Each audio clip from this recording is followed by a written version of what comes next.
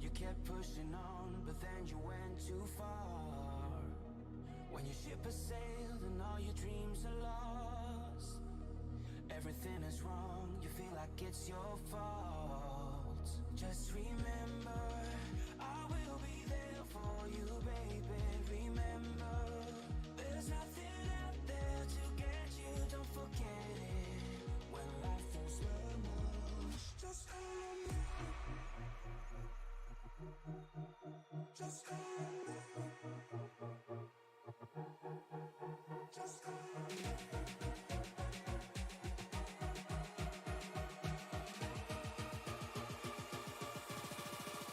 Just call me.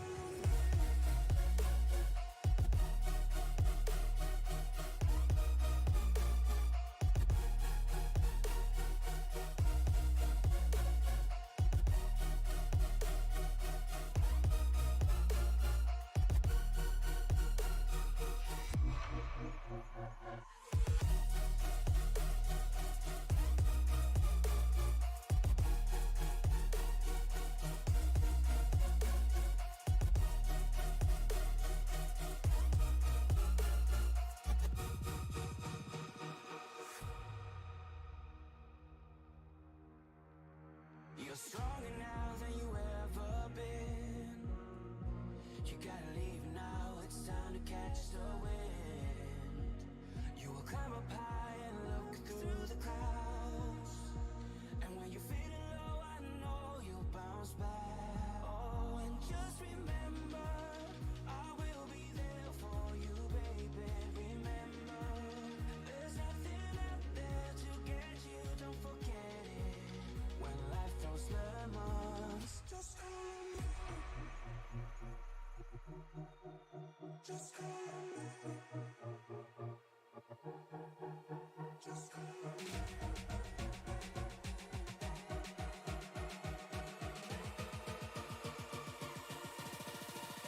Just call me.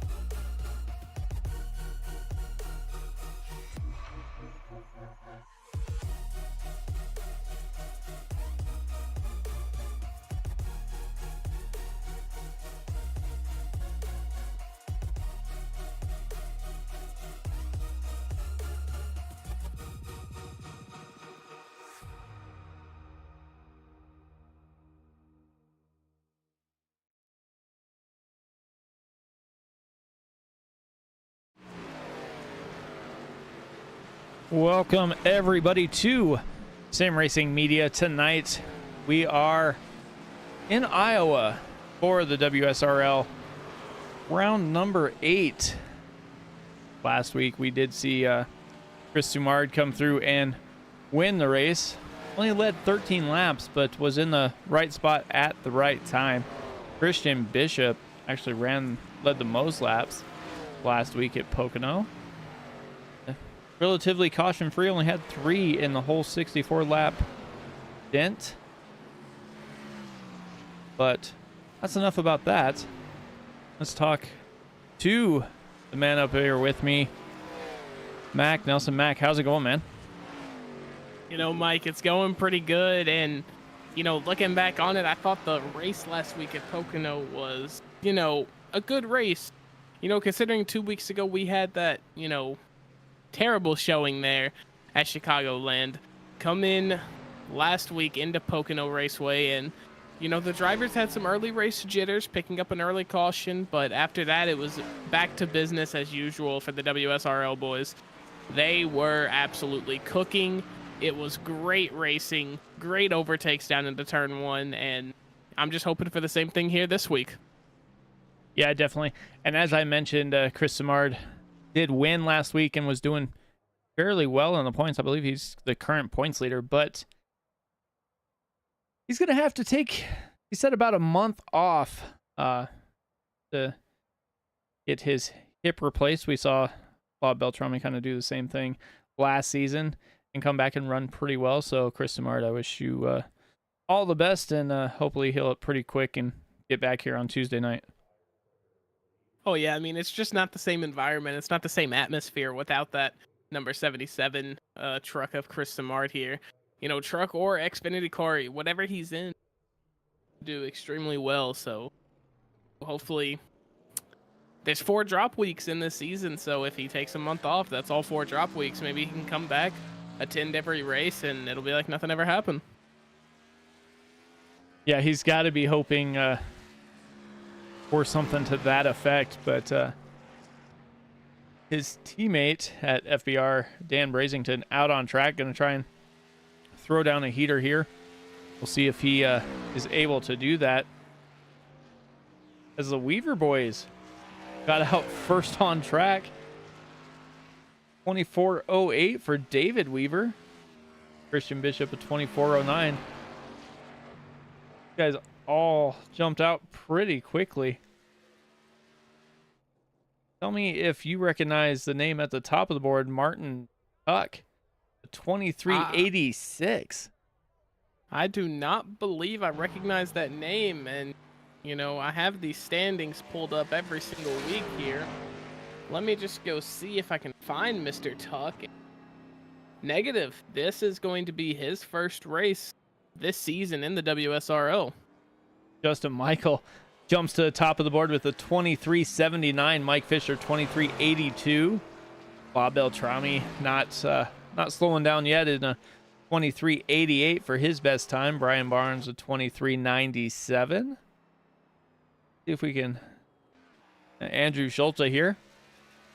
Got that 81 machine out and rolling. Yeah, and you know, it's really wild to me how, you know, Bob Beltrami this season compared to last season, he has really been running a whole different type of race every single week. He's come out, he's aggressive, he's looking for overtakes early, and he's been running more toward the front than he was last season. Yeah, definitely. I mean, it's kind of funny. We sit here and talk about, you know, Andrew Schulte and his top 5, top 10 string, but usually when he qualifies, he kind of qualifies mid-pack or towards the back. I don't know if it's kind of by design sometimes. Yeah, and you know, maybe he's just trying to get accustomed to what line he's going to be running to start the race, which, as we know, it's, you know, a tire saving strategy most of the time for Andrew Schulte. His long run pace is really what nets him the magnificent results that he gets. So maybe he's just getting used to that early. Ryan Steele first lap 24 flat. Andrew Schulte came back on lap 2 with the 23:91. Carl Burke 24:07. Seeing a guy on the scoring pylon I haven't seen. We'll see if he gets out on track or not. Ross Rollins out there. Can do on his first lap here.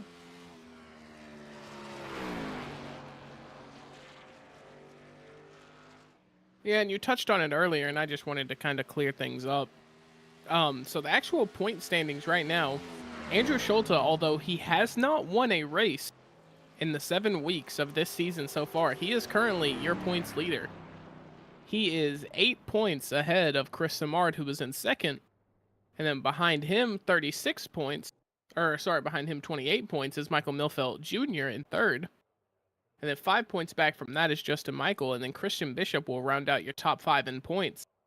So what an amazing season for Christian Bishop here. Currently running top 5. We're almost halfway through the season. He's got to be feeling good. Yeah, it definitely has to be. Ross Rollins was done with his lap. Lyle Swearingen, a 23:89. And looking at the standings as well, you have Justin Michael, who's only completed 6 races, so he's missing one already. So that's going to be one of his drop weeks, and he's still hanging tough. I believe, where is he? He is P4 in the points. So even with missing a race, I mean, a heck of a job there. Yeah, and I mean, you said it exactly to a T. He is on his stuff this season, and honestly, I think he is my pick to win the championship. You know, I don't want to be biased, obviously, but just looking at things here, I believe Justin Michael. I think it's going to be a battle between the teammates, Justin Michael and Andrew Schulte. Yeah, I definitely think you're right, especially when you bring in the drop weeks and the fact that both of them, I mean, 7 races, 7 top 10s for Andrew Schulte, 6 top 5s. I mean, Justin Michael, 6 races, 4 top 5s, 5 top 10s, but he has 2 wins. So, I mean, it's going to be a pretty close battle between those 2 guys right there. Yeah. I mean, you're exactly right. When it comes to Iowa, I'm not really sure what to expect here. Like, qualifying is over.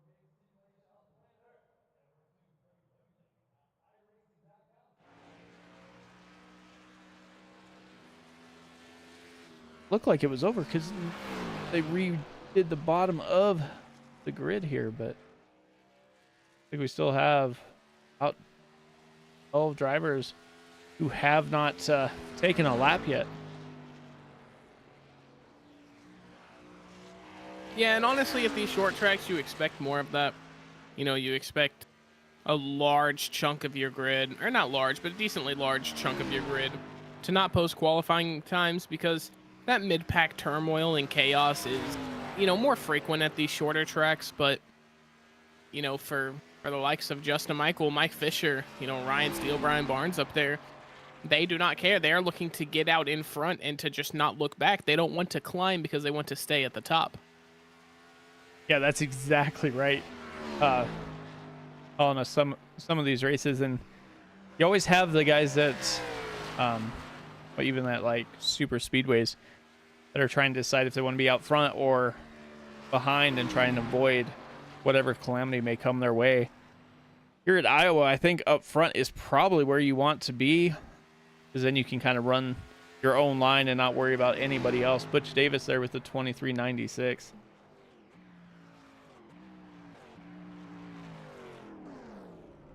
Like Jeff Schmeier might be rolling out now, so.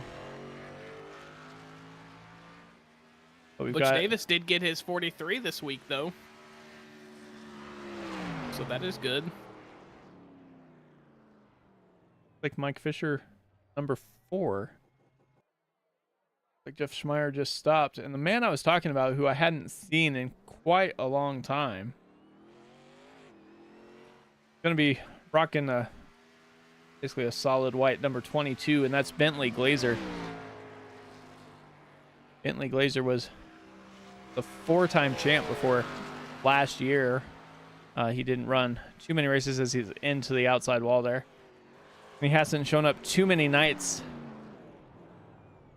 here either this season, but when he does come in, it definitely adds to the talent and quality of the field that you're getting here. Yeah, I mean, you're talking about WSRL royalty here in the 22 of Bentley Glazer, so we'll see if he can, turn back the clock just a little bit and get back into mid-season form in the span of one race. It's going to be hard to do, but if anybody on this grid could do it, it's definitely Bentley Glazer. Yeah, definitely Jeff Schmeier out there with the 23.98, his first time by.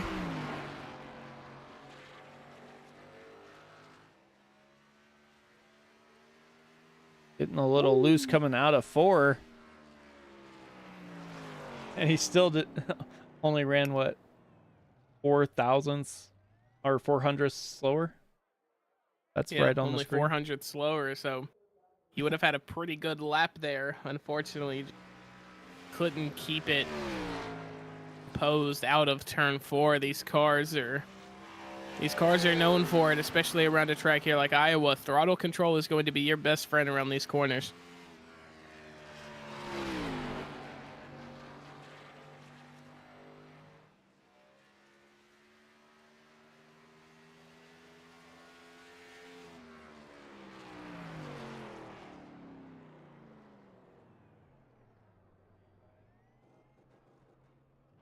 Bentley Glazer with a 23.95 there.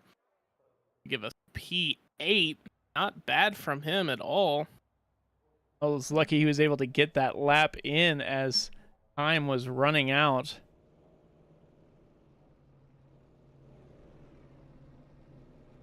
Get on the grid here.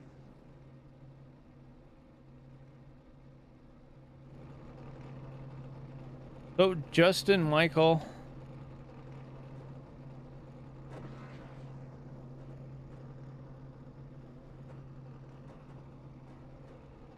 All right, Justin Michael on the pole with the 23.787. Mike Fisher going to start outside row 2, or outside row 1 in P2. Row 2 is Martin Tuck and Bob Beltrami, Lyle Swearingen and Andrew Schulte in row 3. Row 4, Ross Rawlings and Bentley Glazer. Butch Davis and Brian Barnes in row 5. Row 6, Ryan Steele and Matt Slosher. And you go back to Chat Simpson and Jeff Schmeier. Dennis Fuson and Barry Phil round out row number 8. Row 9, William Fletcher and Charlie Widener. Carl Burke and David Weaver round out 20. Go, Mac. Top 20. And then P21, Christian Bishop. Outside him is going to be Michael Milfeld Jr. Julian Ritchie in the number 1 car is going to be P23. Outside of him going to be Dan Brazington. In row 13, you have James Campbell and Earl Weaver. P27, the Canadian Wayne Fleet, to his outside is going to be Benjamin Wirt. 29, Dustin Burns. P30, Keith Kelman. Row 16 is going to be Chris Walker and Charles Woods. Then coming up your back bit of the grid here in row number 17 is going to be Brian Sullivan and William Edwards. P35, Fred Williams.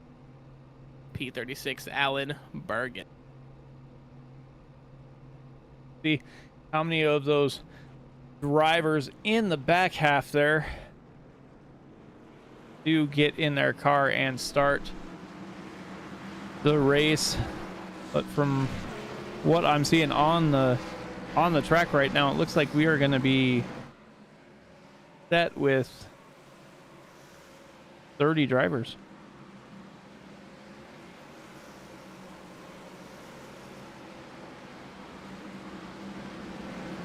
Disappointing stuff out of this league. I was expecting 43 cars.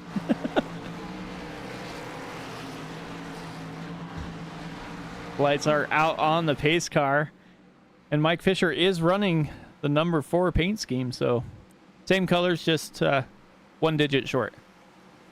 Yeah, just a little short there on the 3, but you know, seriously though, in all seriousness, when there's 36 drivers on the grid registered for a race, and that's a low number, you know you're running one heck of a league.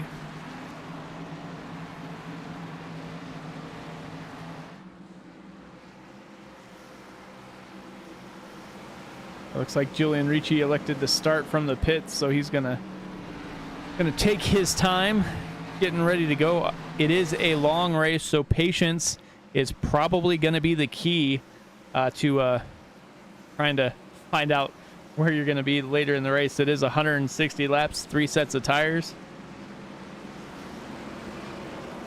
Pace car should be pulling in this time by.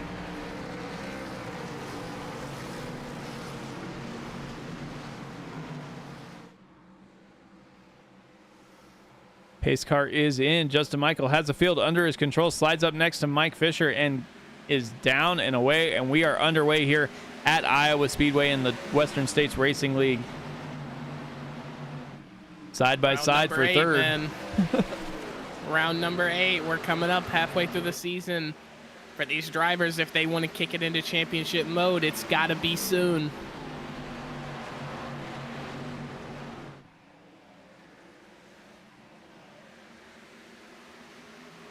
Has kind of settled down. Looks like Lyle Swearingen's going to try and go to the inside of Andrew Schulte. Bentley Glazer kind of hanging out there. We got a couple of basically all white cars teaming up there. Ross Rollins and Bentley Glazer. Yeah, Lyle Swearingen, he was making it work last week at Pocono on the inside very, very efficiently. We'll see if he can do the same thing here, but maybe going for the move on Andrew Schulte right now. They are 3 wide with Bentley Glazer up top. Bentley Glazer is unfortunately just a little bit wide going into 1 and 2 there. Coming out of 2, he does get the run on Andrew Schulte, and Andrew Schulte simultaneously closing the door on Lyle Swearingen. Andrew Schulte got that run, looked down and went, no, I'm gonna go down here. I don't want to be up high. So took away the line of Lyle Swearingen and is able to maintain 6th position. Bentley Glazer up 3 already, up inside the top 5, and has the fastest lap of the race with the 24:20 right now. Yeah, Bentley Glazer, like I said, he's turning back the clock a little bit. We're doing it really big here for a part-timer. Andrew Schulte trying to find out where he wants to be, and it looks like we are under caution. Uh-oh. Not what you like to see, but it's Iowa, so things like that are to be expected to a degree.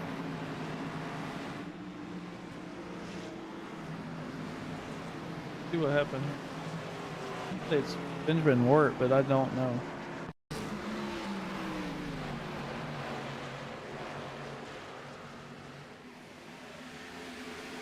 Oh, Weaver. Ooh. Earl Weaver gets loose and slides down the track, collects the 33. So kind of what we saw in practice and in qualifying, coming off of 4 there. You just get a little bit loose, and nothing Benjamin could do about that one there.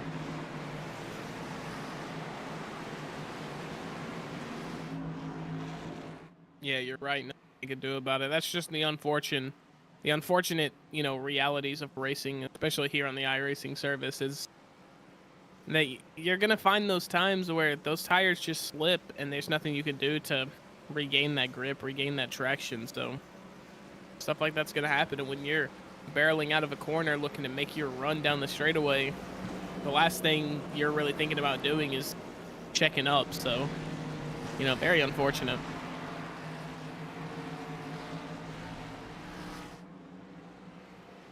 So I'm a little confused here. There he goes. Like, what in the world? Bentley Glazer down pit road. Looks like he checked that outside wall just a little bit.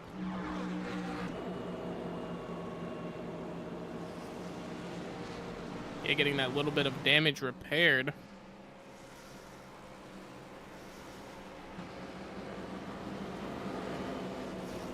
So that is not something you really wanted to see if you were up front and everybody was running pretty well there. But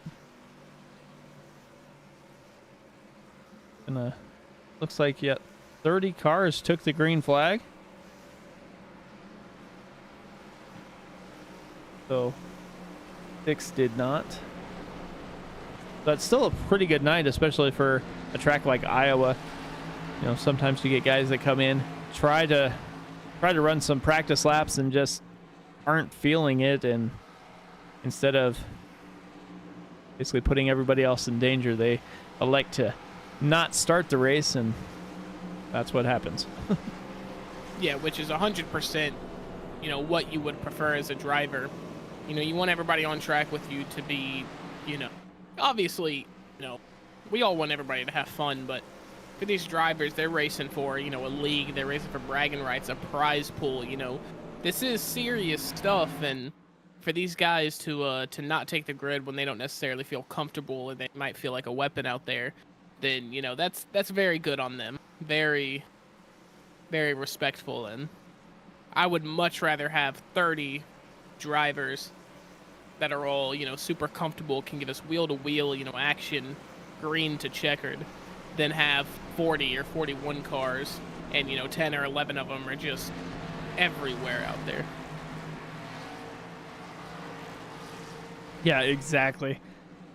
So we'll see. Everybody wants to put in a good race as well here, because they're off next week, and then after that it's a whole new car as they elected to jump into the next gens. So it'll be next gens at Road America when we come back in 2 weeks.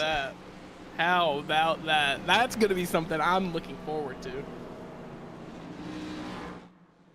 Yeah, definitely. You're the road course experts, especially of the two up here in the booth right now.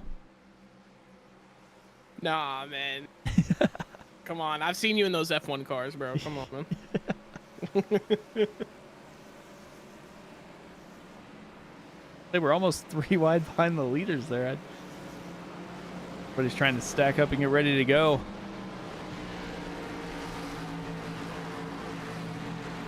We'll see if Justin Michael can get that dynamite start he had before. This time he will control the restart, so he'll hit that restart. Well, take that back. Restart zone's not in effect, so he can pretty much go whenever he wants. Oh, well, yeah, no restart zone at Iowa. I didn't really think about that, but... Well, I think it's this series, if I'm not mistaken. They got rid of it because everybody was trying to judge where it was, and they were getting too many black flags or something. But so it's there in real life? Yeah. Oh, yeah, it is. I see it right there. Wow. I did not think Iowa had it for whatever reason, but yeah, here we are. Down and away. Every day. He got a heck of a jump there. Did Justin Michael coming off that restart from the caution. Mike Fisher looks like he might be falling into the clutches there of Beltrami just a little bit, but he's able to get that car moving in the right direction. Ross Rollins down to the inside, going to try and stick his nose in there. Beltrami goes high, and look at Bob Beltrami. He is on battling a move. For P2. That is crazy. We haven't seen this out of Bob Beltrami here in at least 4 or 5 races. I mean, he has been, a top 10 king for this season compared to where he was last season. But, at Charlotte, he was contending for the lead there a little bit. And look at him here in the early goings at Iowa, getting up, elbows out.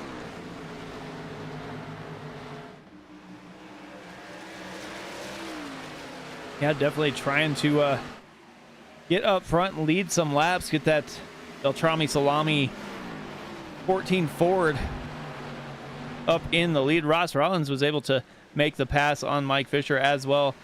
Ryan Steele still kind of just barely in front. Fisher still holding his nose there. Behind them, you got Andrew Schultz and Butch Davis side by side. Yeah, and unfortunately for the newcomer Martin Tuck here, he is down 7 positions. He is currently in P10. Maybe the competitive level of this league was just a little much for him at the start. Hopefully he can get his bearings straight and get back attacking, because there's nothing I like seeing more than new faces. And speaking of new faces, not really a new face. We've seen him a couple of times here, but Matt Schlosser, running P7 right now in that Red Bull 400. He put on quite a show as he gets into the 81 of Andrew Schulte. That is commentator's curse. Yeah, if I've ever seen one. That's going to collect.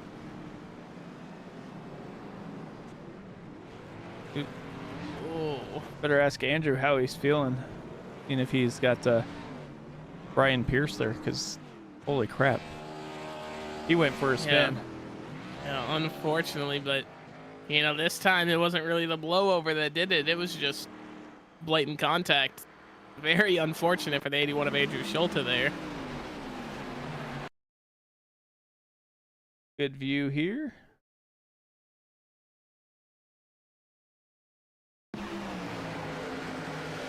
Matt Schlosser just sliding up the track like you would normally and didn't see the 81 there. Yeah, and, obviously, Andrew Schulte isn't going to yield for anyone. He's he's as clean as they come. He's respectful as they come, but he is not lifting. He is going to push it to the floor. He is going to be as aggressive as he could possibly be without getting anyone hurt there. And unfortunately, just almost battling for the same real estate. I don't even know how many times he rolled. Got to be at least 12 or 13. He's still rolling. Decent amount of rolls there. Yeah, he is. He's still going. He's keeping that steering wheel cranked, though. And one more roll. And plop. Just in time to get a perfect view of that 33 Benjamin Wart.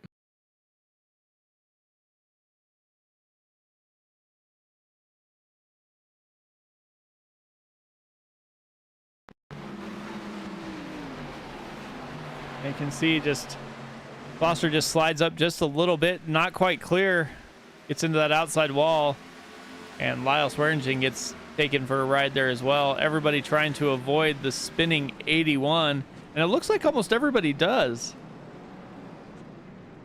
Michael Milfelt just barely able to avoid that. He probably balded his tires a little bit there, but... And look at that. The powers of the iRacing sim. It's like nothing ever happened.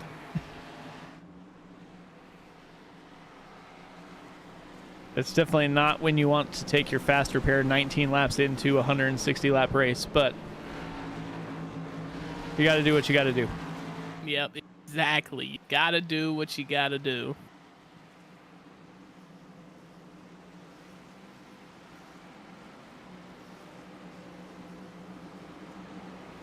So we'll stack them up once again.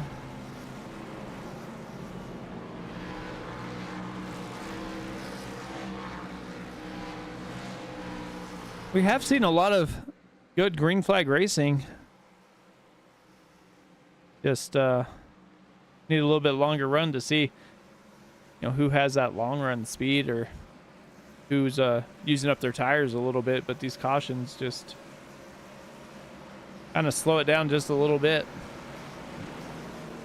Yeah, and I wonder if the strategies are going to change for the likes of Bentley Glazer, Lyle Swearingen, Dustin Burns, and Andrew Schulte here, who have kind of had to pit on lap 17. However, they didn't take any tires. They just refueled their car, except for Lyle Swearingen. He is on fresh tires. So if we can get a long run here, by the time the next yellow comes out, or, the green cycle is coming, the pit window is open, we might see Lyle Swearingen here up toward the front.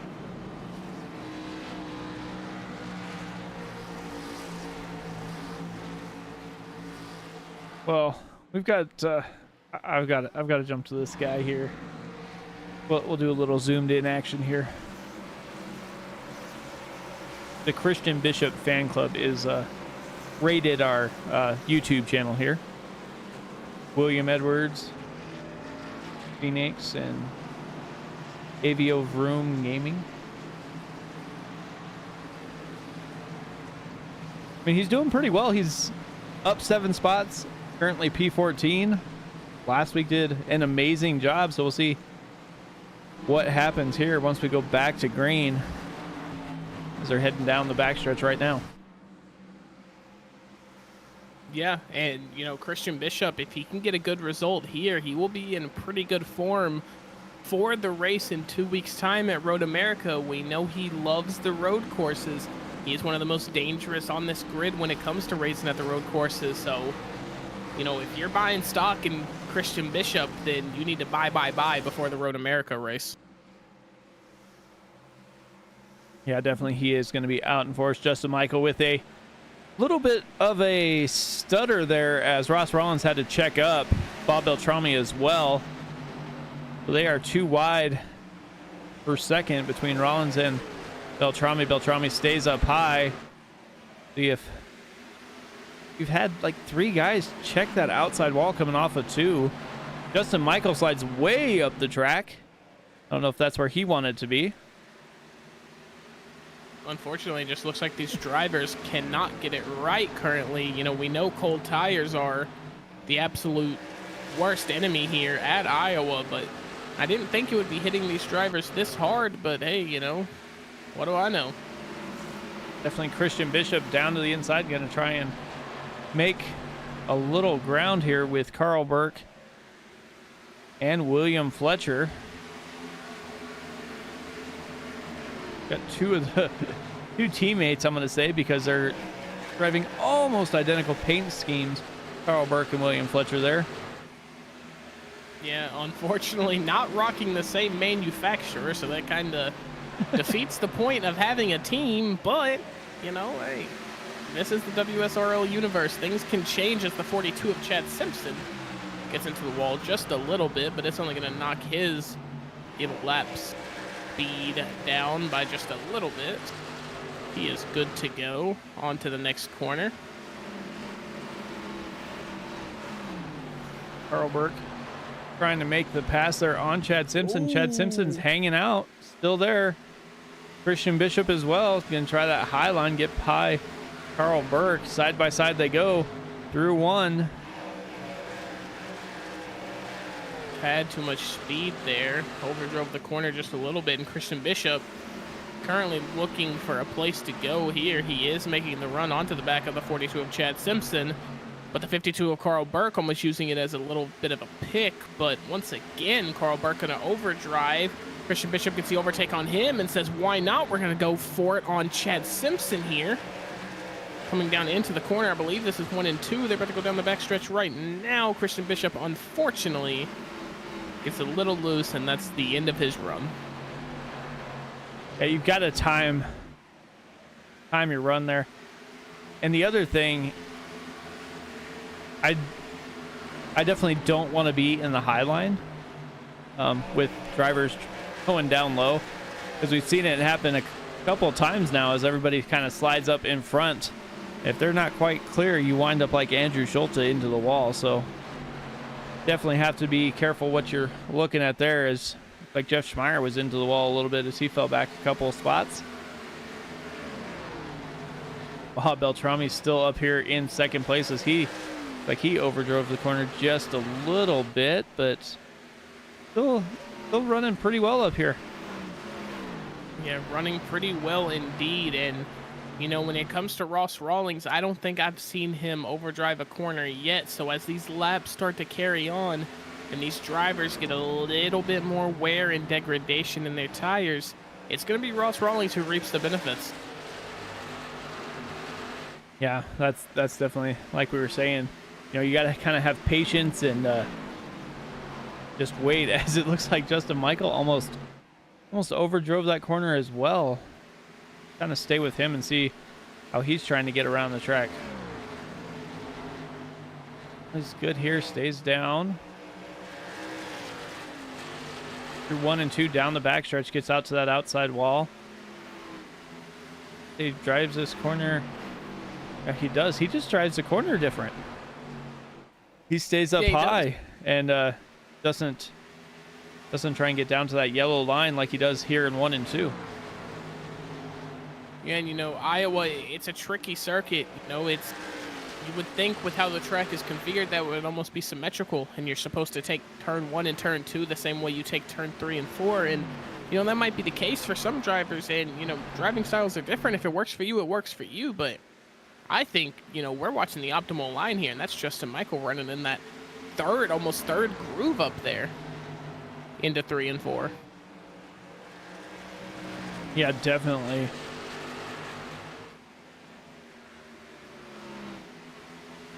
Seems to have found some speed there. He is just, I'd say driving away, but it really isn't. But Bob Beltrami looks like he saw what Justin Michael is doing, and he's going to try and copy Justin Michael move for move. Just can't quite get down. Ryan Steele now up to third place. Ross Rollins back for fourth. Butch Davis, top 5. Yeah, and a little different scenery here in the top 5 for Iowa. Not a top 5 order we're out necessarily used to seeing. Yeah, that is unfortunate. And I think we might have... Oh, wow. Earl Weaver down on the bottom line. Dan Brazington up high. 13 of James Campbell had a scrunched up back bumper there.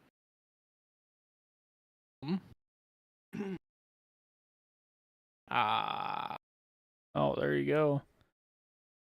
Weaver just couldn't hold the corner and basically used the 16 to make the corner in David Weaver. So Earl Weaver, David Weaver, and Dan Brazington all involved in that.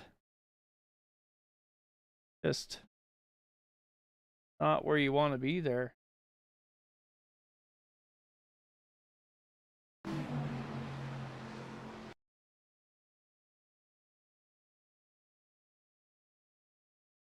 Look here at off the nose here. The 6th machine of Wayne Fleet, as you can kind of see it unfold in front of you here.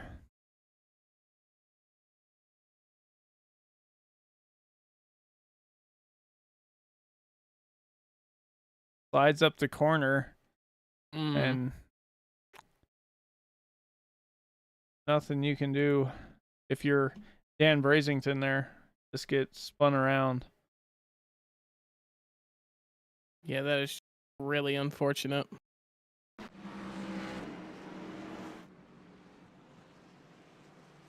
So while we were looking at that replay, it looks like almost wholesale pit stops except for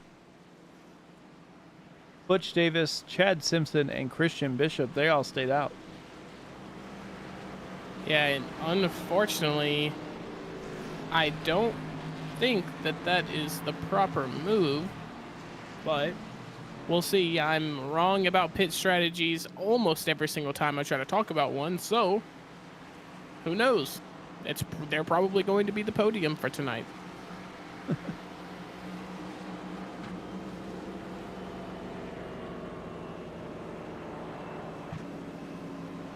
I mean, it wouldn't surprise me, honestly, if these three did, but I think when everybody else comes down pit lane, it's not necessarily a bad thing to do so. What I'm kind of wondering is some of the guys who came down who had already pitted on lap 17, like Bentley Glazer and all those guys that just came down. I mean, I know they just came down for fuel, but yeah, 15 laps, 16 laps on a fuel run when that caution happened. Yeah, but sometimes, like you just said, if everybody else is doing it, maybe it's just the better call to just get on the same cycle as everyone else. Yeah, so we'll see what Butch Davis, Chad Simpson, and Christian Bishop do. I mean, what do we know? That's why we're up here today, right? Exactly, man. Exactly.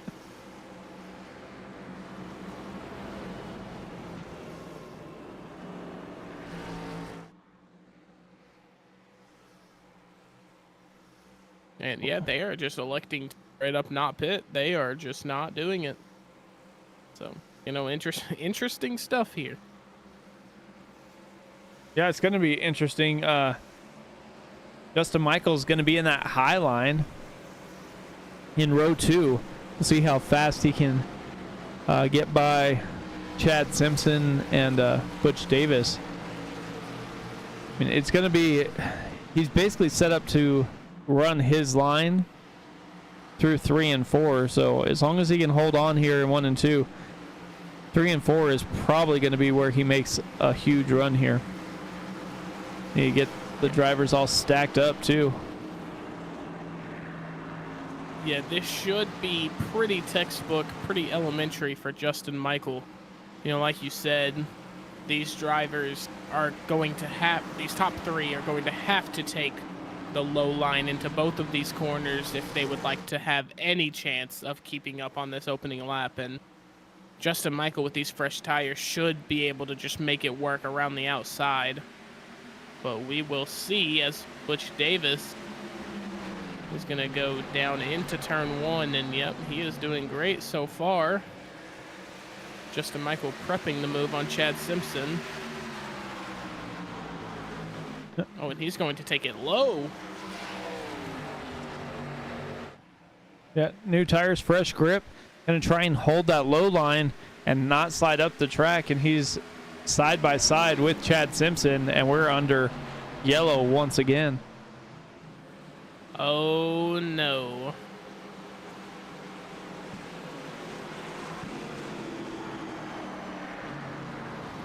Shades of Chicagoland, maybe.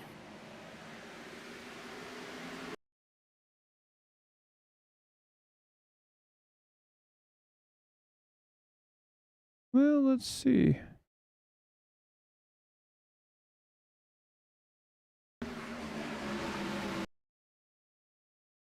We can get a better view here.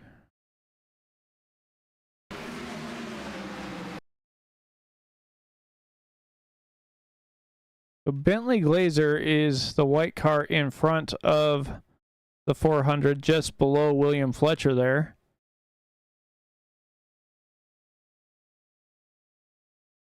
Foster slides down in front of the 99. The 22 just gets loose. Foster's trying to check up and then gets ran into the back of with the 99. Glazer goes across the infield. Looks like the 400 is sliding down the track. Like that's where that's going to end. Let's Bentley Glazer slides through as well. Basically just those two drivers. Schlosser was trying to stay out of the 22, and the 99 of Barry Phil just gets into the back of him.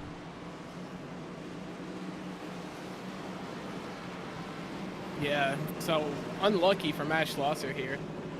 Had a good qualifying, had a good run there, but unfortunately for him was sort of, kind of, the cause for that caution with Andrew Schulte, and then, you know, unfortunately being on the other end of that here, so that might be Matt Schlosser's night. It looks like he is coming back out on track, but hard to believe that he's going to have maximum power and maximum, you know, aerodynamic with. Now, I believe, yeah, see, unfortunately has to keep that damage. Yep, going to gonna pit farm that thing and see how much damage he can get repaired.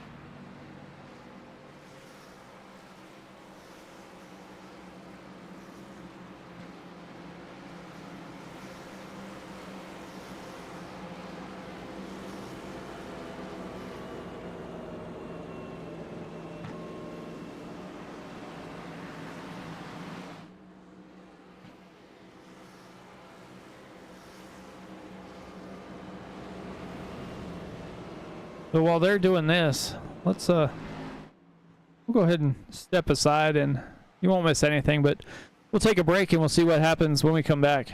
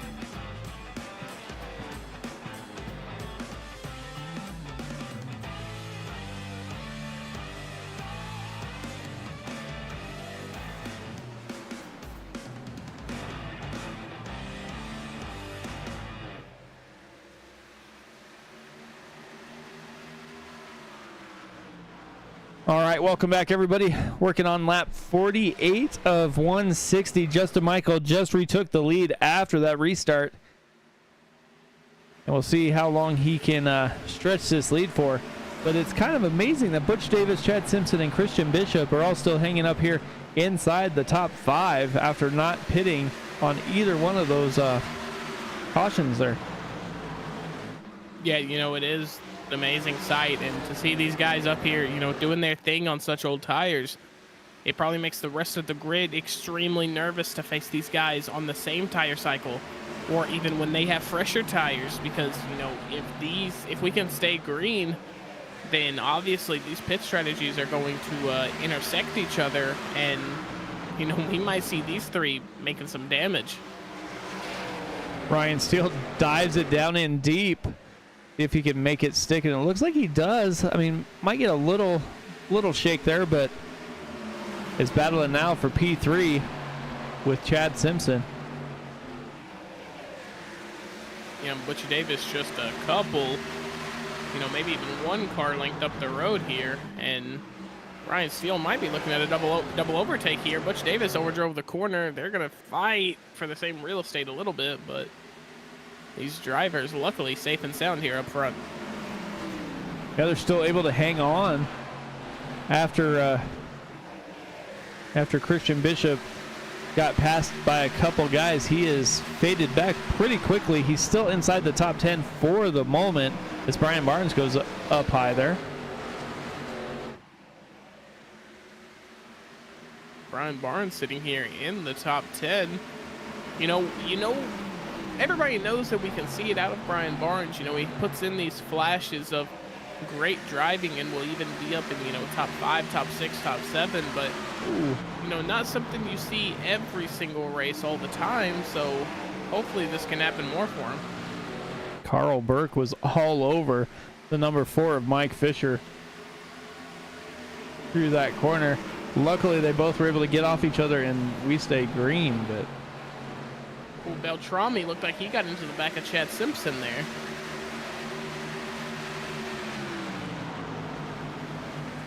Carl Burke just trying to make passes any way he can. Let's take a look here real quick, just because I can. So Carl Burke is on the high side of Mike Fisher there. Both of them just kind of touch wheels and then go the other way. Mike Fisher is able to slow it down, and they both keep their general direction, so we're staying green here. Yeah, compared to what has been happening when two cars make contact here, I'm sure they are loving that, and they will take that every day of the week. Yeah, it's not like they meant to do anything of the sort, but they were lucky to stay off of each other there. Christian Bishop, P11, Mike Fisher, 12. Bentley Glazer, after coming down pit lane, getting that 22 machine fixed up enough to get back on track, is now in 13th. Lyle Swearingen, saw him involved in one of those crashes earlier as well, is now P14. Matt Schlosser trying to make his way back up, P19. Yeah, and you know, even with that broken back bumper of his, he is still finding ways to overtake some of the guys here in this mid-pack, and, you know, he is not going to go down without fighting, that is for sure. Yeah, definitely not.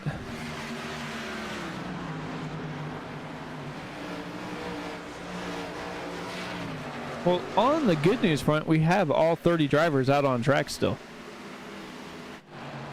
Yeah, you know, that is good. If this was an official race on the iRacing service, there would probably only be about 14 cars still on track by this point, so, you know, good job, gentlemen. Butch Davis fading back, Chad Simpson as well. Just not able to hang on with those older tires. I mean, they will have an extra set, and we've seen how important those can be. So with 100 laps left, divvy out those 3 sets you got and figure out where the best place is to use them. Yeah, and honestly, if we get green all the way to the checkered flag, which, by the way these drivers are driving, looks like it might actually happen,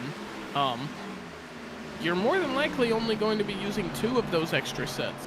So, you've got some room to play. You've got some room to squeeze in a short stint here if you can make it work. But for the most part, I believe these drivers are only going to be using 2 of their 3 available sets remaining. Yeah, Justin Michael and Ryan Steele and all these guys that pitted on lap 35, looks like they all got 2 tires and fuel. They were all in there about 14 and a half, 15 seconds. So Ryan Steele running a little different line than Justin Michael and is trying to gain some ground here. Yeah, defending champion Ryan Steele, who is tied for top 5 in the points right now. He's had a very quiet season. He hasn't won any races yet, but he does have 1 top 5 and 4 top 10s. Outside that, he is just always consistent. He's always right there, ready to squeeze every single position that he can out of this grid when the least expected, and that's how you have to drive these competitive leagues. Yeah, definitely. Let's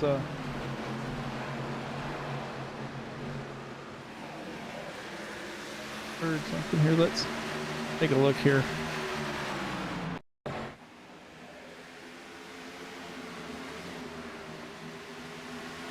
Maybe not. Thought I heard some side-by-side bumping action here, but that looks pretty clean. Oh, it was the 42 of Chad Simpson getting into the wall, I believe. Yeah.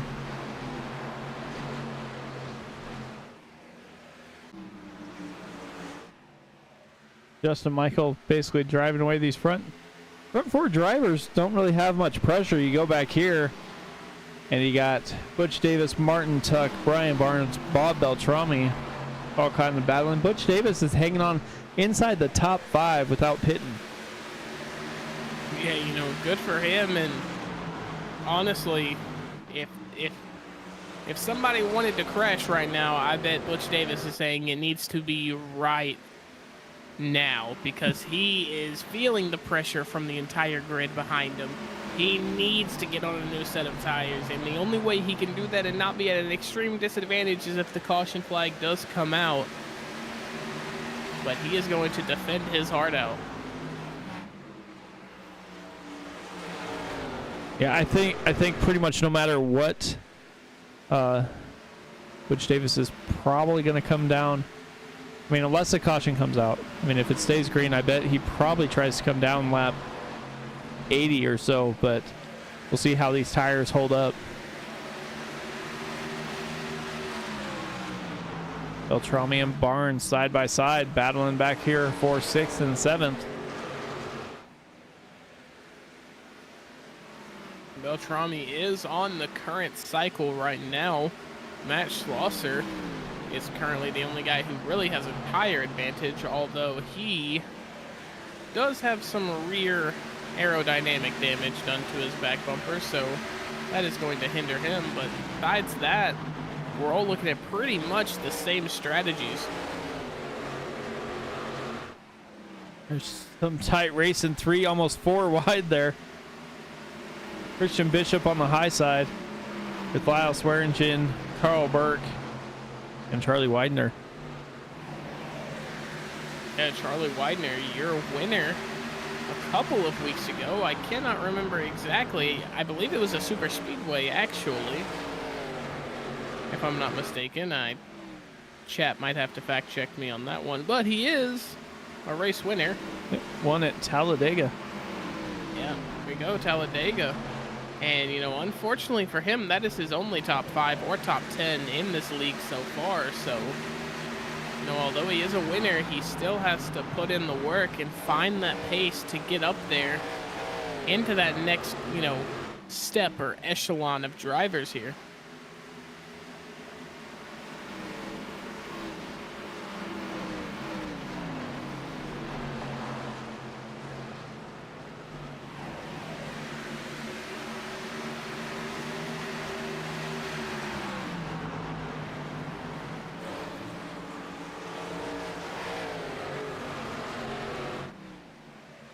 Lyle Swearingen doing a really good job here defending Charlie Widener, though. I was almost speechless watching it because, Lyle Swearingen, he is, an aggressive driver. He is an offensive driver. He likes to overtake. You don't really see him in positions a lot where he's defending for a long amount of time, but Charlie Widener was at his back bumper there for 2.5, 3 laps, and Lyle Swearingen never folded. Never felled. That's not a word. Never folded.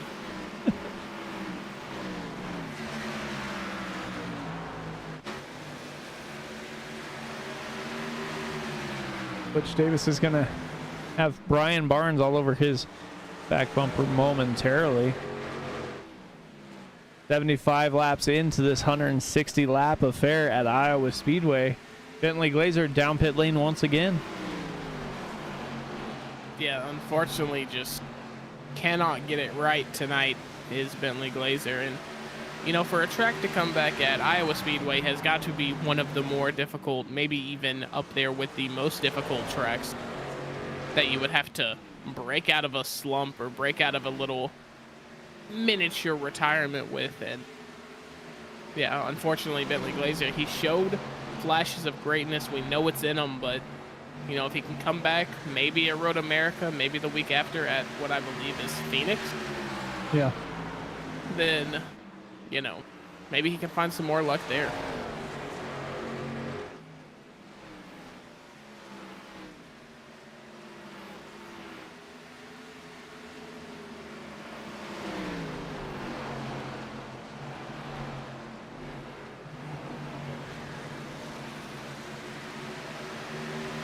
Go back up front as Justin Michael is catching the tail end of this field, which is probably going to be good for everybody else in the field except for these guys back here.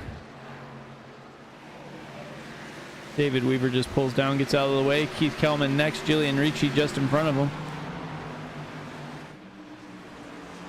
and James Campbell there as well. Ryan Steele looking to make a move, man. He is currently in the last 2 corners. He has been a lot faster than Justin Michael, and this lap traffic will either help him or it will extremely hurt him.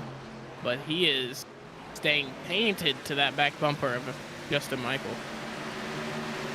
Yeah, definitely looked like he was trying to stay as close as he could, and now he dives down to the inside, going to try and use Campbell as a pick, but Campbell slides down and lets Justin Michael by, so Ryan still has to slide up in front or behind Justin Michael there. Yeah, and for what it was, that turned out relatively safe. And with the trend of how we've been seeing things tonight, I was not expecting it to be that safe. I'll be completely honest with you, but these top 2, they're still fighting.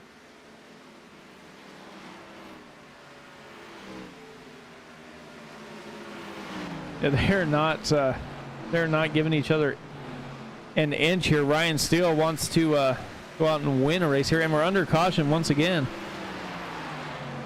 Not really sure what for. That is music to Butch Davis's ears.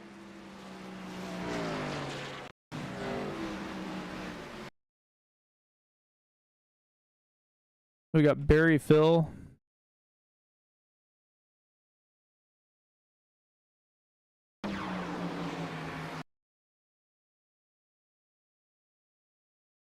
And Earl Weaver just slides up and hits the 99. Barry Phil tries to save it, but winds up going down pit lane.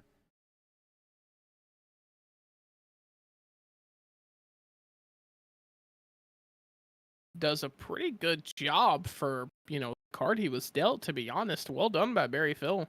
Let's see what happened here with Carl Burke.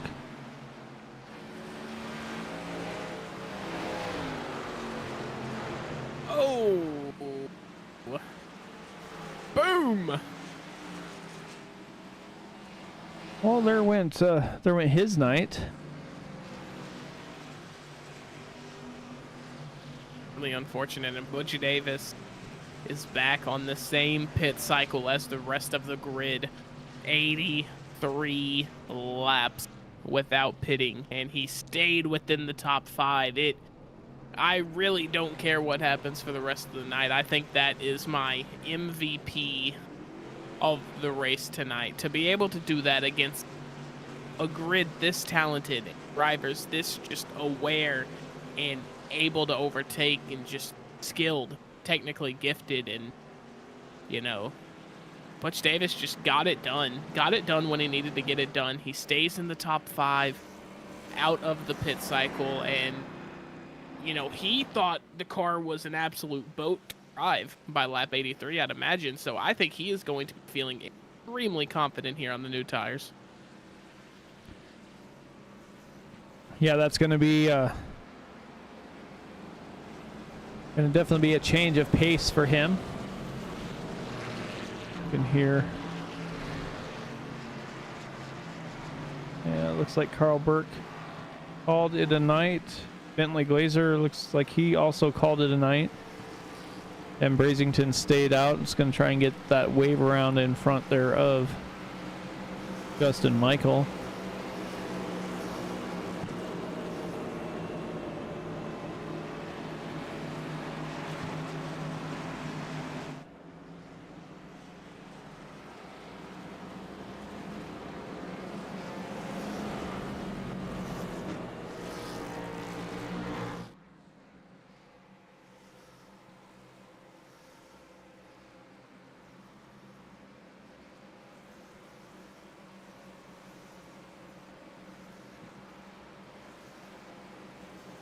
Well, I thought it was going to be 1 to go, but like we're getting a extra lap here.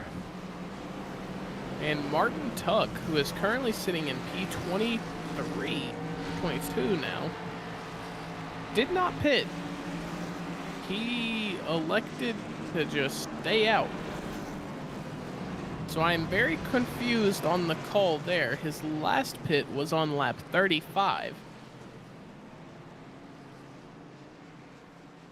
So not only is he on old tires, but he does not have any favorable track position. I am confused on that as well.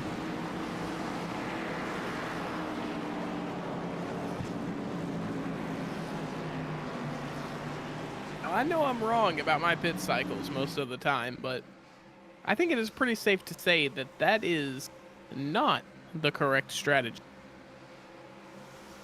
Yeah, no, I would not be staying out if I was him. Only reason why you'd stay out is to get that track position and hope you can hold it. That's just not how it is. I'm genuinely confused how he does not have track position, yet he stayed out when everybody pitted. I genuinely don't know how that worked. I mean, well, if he was a lap down, he should be taking the wave around, and that didn't happen until just a minute ago. I mean, maybe he pitted and we just have an issue with the scoring monitor here. That is a good point. That has happened in the past. Happens very regularly, actually. So Justin Michael down and away pretty quickly. Jumps up to that high line. He's going to get right back into his racing line. Ryan Steele to the outside of Ross Rollins. We have Jeff Schmeier, Bob Beltrami, and Mike Fisher. Butch Davis trying to hang tough up here. P6 right at the moment. yeah, he's just a tad confused on how to drive a proper car. It seems like he's not pushing it hard enough into the corners, which is something you would totally expect from a guy who just went 83 laps on the same tires. He doesn't know the full potential of his car, or at least forgot it. Yeah, that is one thing that, Barnes. like you were saying, like you drive it, you're like driving a boat for, he had to have been doing that for at least 15, 20 laps. And now he gets fresh tires and you got to kind of go back and relearn how to drive the car almost. Yeah, relearn how to drive the car indeed. And Brian Barnes gets him incredible run. Or sorry, that was the 4 of Mike Fisher. Lied. The 4 of Mike Fisher gets an incredible run on Bob Beltrami there. Bob Beltrami, unfortunately, starting to fall back just a tad bit. Yeah, Beltrami seems to have a decent car. Looks like he might have changed it up a little bit to get a little more long run speed out of that 14, but we'll see what happens. He's still inside the top 5. He's been battling Mike Fisher and Butch Davis for a little while here, but while they do that, the front group is about a half second in front of these guys here. Yeah, and Ross Rawlings, you know, season opener, he won it at Kentucky, so you know he knows how to win a race. So he is going to be up here looking for his case in point on Justin Michael. But Jeff Schmeier, someone who we haven't really seen much of in the top 5, you know, caliber here. He has 3 top 10s on the season, you know, after 7 rounds, but you know, this is the guy that competed for the championship down into the last race last season in season 48. So here in season 49, he's looking to make a stand. And, you know, like I said at the top of the broadcast, we're 7 races in. This would be the 8th one. The time to start hunting is now. And maybe Jeff Schmeier understands that. Yeah, I think he's got a pretty good Toyota Xfinity car here tonight.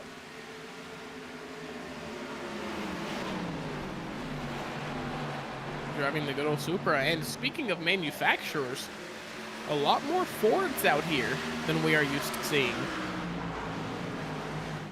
I was kind of looking through that too. But I think we only had like 3 or 4. Yeah, for a long time there, we had 3, and it was only 3. But tonight, we've got Ross Rawlings, Bob Beltrami, William Fletcher, Martin Tuck, Barry Phil, Wayne Fleet, Dustin Burns, James Campbell, Dan Brazington. It is a Ford army out here.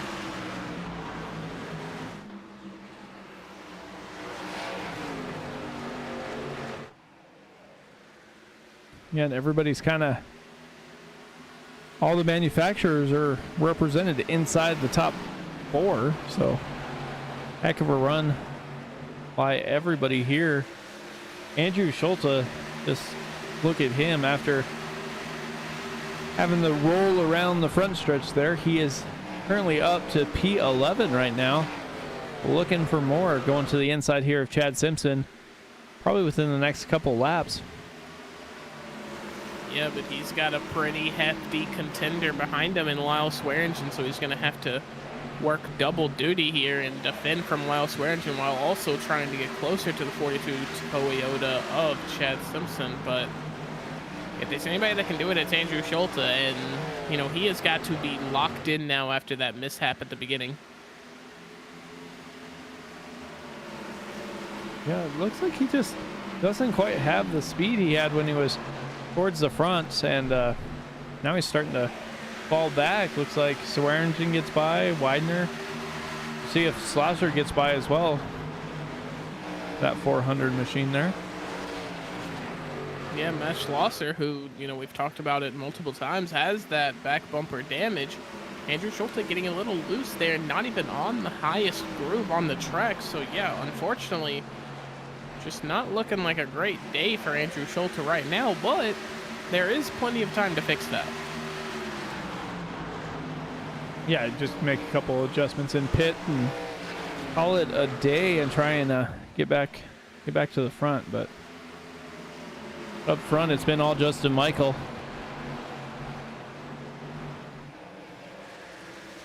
All right, somebody's going to have to, I think if anybody wins the championship, it's almost going to have to go through Justin Michael, the way he's been driving in this series on Tuesday nights.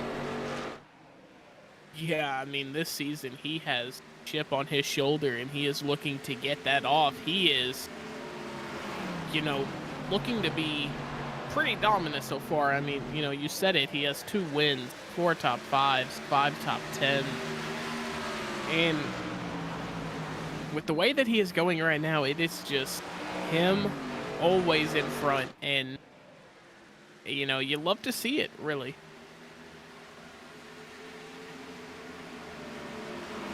Yeah, definitely looks like he has got this track figured out. Seems to show up, I want to say, more in the Xfinity car. So I'll be interested to see what these guys can do once they do switch into that next gen. Some people say the next gen's a little easier to drive, and some say it's a little harder to drive because you don't have that feedback that you get in the truck or the Xfinity car. So we'll see what happens here. Caution is out once again.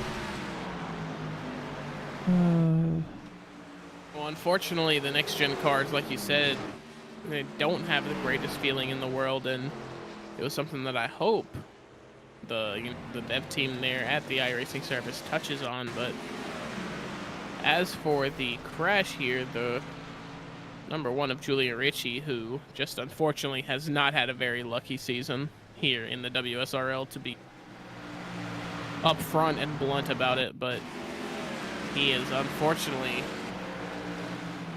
in a bad position. Oh no. I think Keith Kellman needs to ask Dustin Burns what he did to him.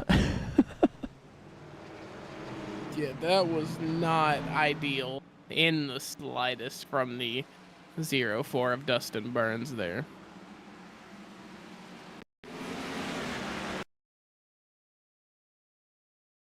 It looks like he's trying to come back on the racetrack and just goes right up the track when he goes to get on it. Not something he wanted to do, but I mean, that was very, very, very preventable. Julian Ricci tries to get going again and spins around.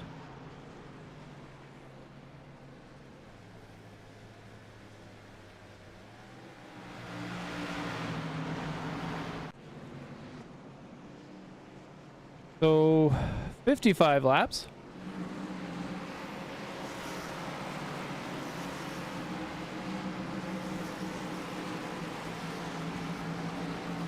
So here's something funny. Butch Davis goes out and runs 82 laps on tires. Now he barely ran 20 and he's back down pit lane. Yeah, you know, unfortunately, kind of a twist of fate for him. He was in the top 5 for 83 laps, and he is down a handful of positions. He's down P17 on the fresh tires, so, you know, incredible stuff from him in the long run, but his short run, almost non-existent right now.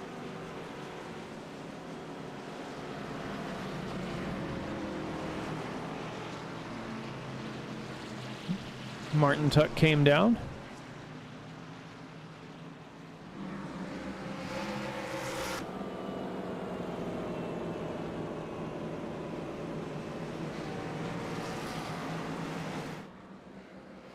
So we got quite a ways to go. At this point of the race, if Justin Michael doesn't win, who are you taking? Oh, man. Oh, man, you gave me a really hard question there. I was not ready for that. Yeah, just that to was like put you a on Sean Evans level question there. You know what? I don't know why. And, you know, I really don't know why I'm feeling this way. But I think it might be Mike Fisher. Bob Beltrami. See, I wanted to say Bob Beltrami. I thought that's where you were gonna go. Yeah, you know, I should have went there. I would erupt from my seat if Bob Beltrami were to take this victory. But in my honest opinion, I think it might be Mike Fisher. Yeah, I think he has a pretty good chance. He's been running pretty well. One guy I always kind of look to, you know, Ryan Steele seems to be always around at these type of races. Yep. Seems to almost come from nowhere. I mean, even right now, Jeff Schmeier up 11 spots. I mean, he's not the biggest mover of the race, though, which is kind of surprising with up 11. But you have Michael Melfeld Jr. He's up 12. Earl Weaver up 12. Benjamin Wart up 12. Yeah, no. Michael Milfelt, he is third in the championship standings right now, so needs a pretty good result here. And qualifying P22, not what he had in mind, I can almost guarantee it, but, you know, for him to be flirting with that top 10 right now, he's in a great spot, and if he can make any more overtakes, then this is going to be a W of a race for him. Yeah, definitely, especially when you wind up halfway back in the field and you try and work your way through. You can finish in the top 10, especially with the caliber of drivers we have up on this front. It is a good day, and you just chalk it up and away they go. Pace car is in. Justin Michael once again tries to get him rolling. Waits a really long time there, and Bob Beltrami just shoved his nose right into the back of Jeff Schmeier there. Yeah, Bob Beltrami trying to get a jump. I like the enthusiasm. I like the aggressiveness from Bob Beltrami, but, you know, unfortunately, in a league where early restarts are definitely prominent, Bob Beltrami just guessed wrong on that one. Yeah, let's see if we can take a look here. Let's go to Beltrami. Look at his nose. So on the restart here, pace car goes in. Oh, just really unfortunate there. Well, it's not as bad as I thought it was. I thought he was like on his back bumper there, but looks like he was able to stop it before he made contact. So, woo, Beltrami getting loose there, right in front of Mike Fisher. Yeah, you know, unfortunate stuff, but Bob Beltrami keeps it straight. We stay green. He still has the position on Mike Fisher there. Looking to go to work on Jeff Schmeier here in a few corners. Dustin Burns went around.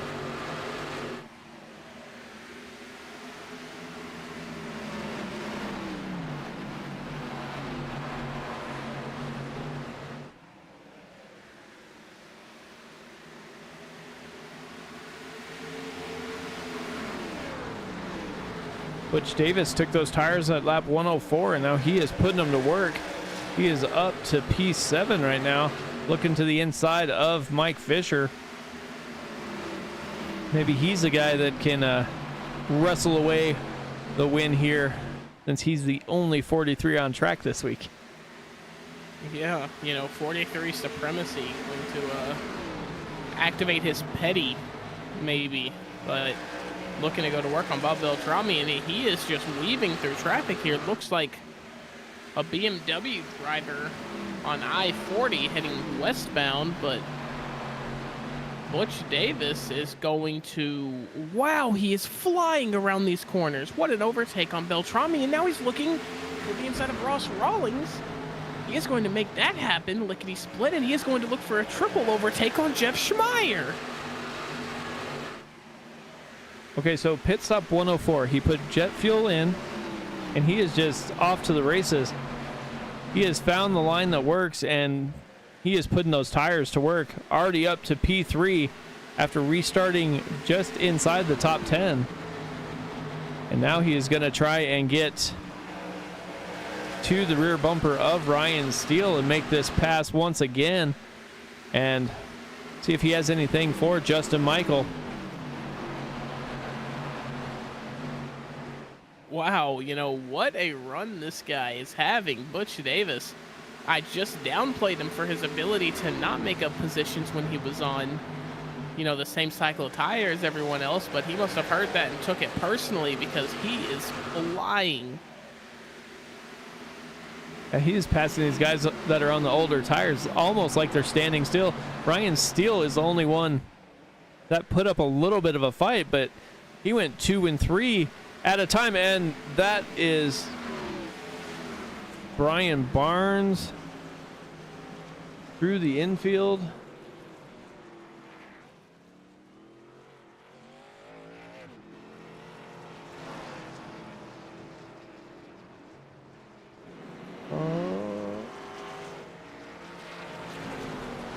Might be a little before this. Yeah, it looks like it's in front of these guys.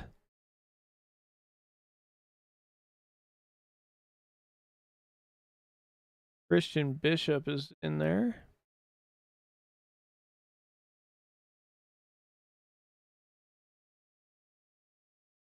Oh, Christian Bishop slides up.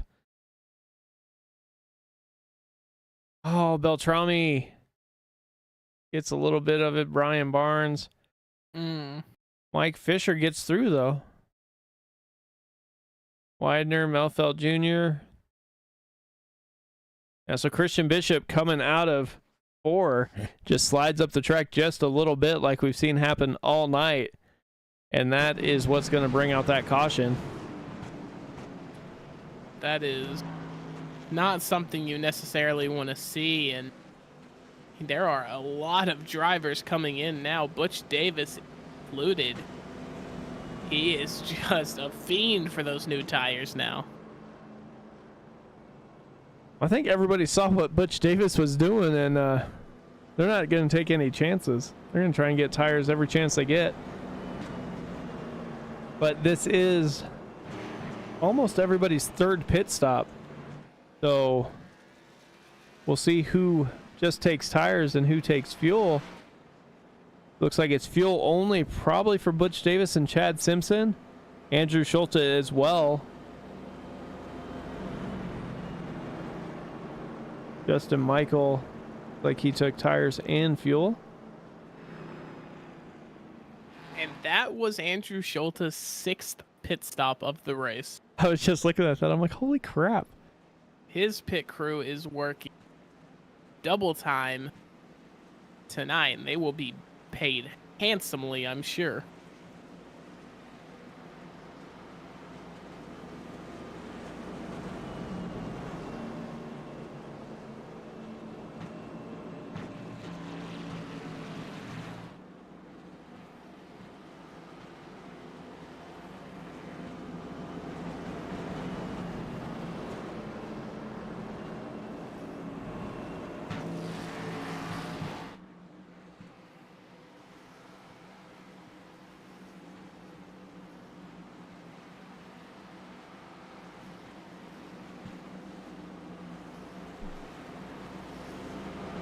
So Ryan Steele up front, Martin Tuck. P2, William Fletcher, and Butch Davis.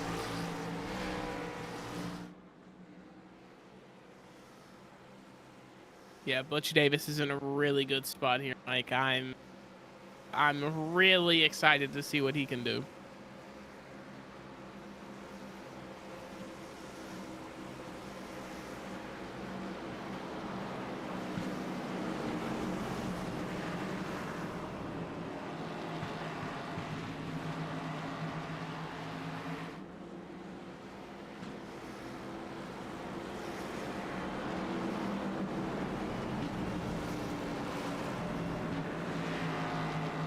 We need to get some green flag racing here.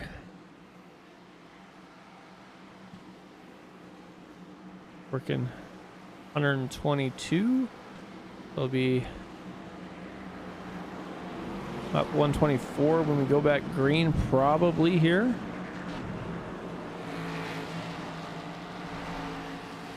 Yeah, you know,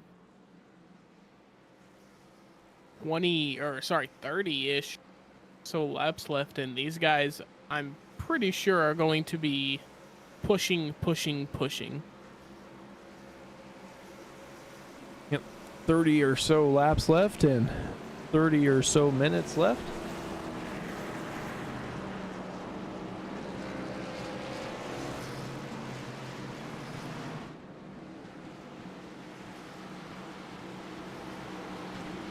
Get these guys back racing. They're all stacked up once again.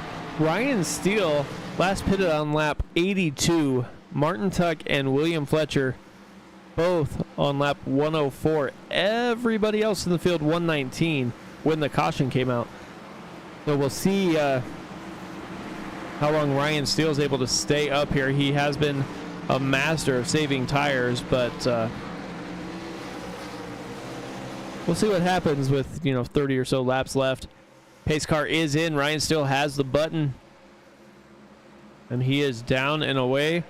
Doesn't get quite the restart he was hoping for as William Fletcher kind of stacks up that inside lane. Jeff Schmeier goes down to the inside, as does Mike Fisher. So they are 3 wide. Back in the middle of the field here. Almost 4 wide. Oh, it's chaos. It is chaos. I can hardly watch. I'm just waiting for something to happen, but Justin Michael almost sideways. Oh, and Chad Simpson is sideways. 11 of Dennis Fuson, the 6 of Wayne Fleet. Oh, no.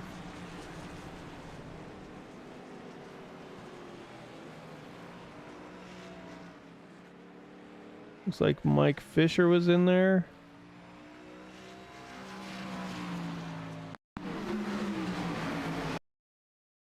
You see Justin Michael in front of the 42 get a little loose.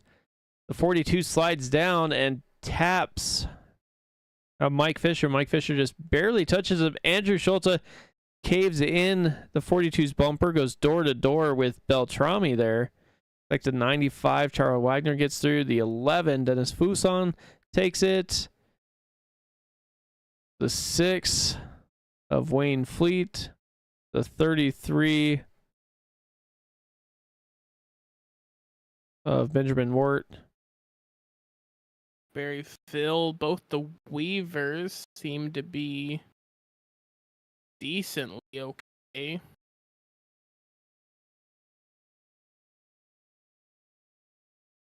Yeah, nothing you really could do. I mean, you tried to go down to the inside to get around the spinning Justin Michael. He started to get loose, was able to get it back under control, but definitely kind of sent all of that into motion there.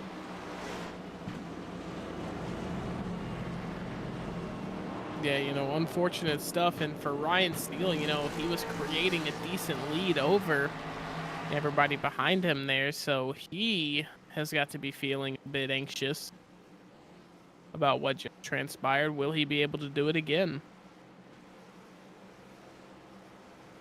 And almost the problem with being Ryan Steele is you kind of made your bed. You're going to have to stay up here and stay out unless we run enough laps where everybody else comes to pit lane. Because if you go to pit, you're going clear back, to 24th, 25th?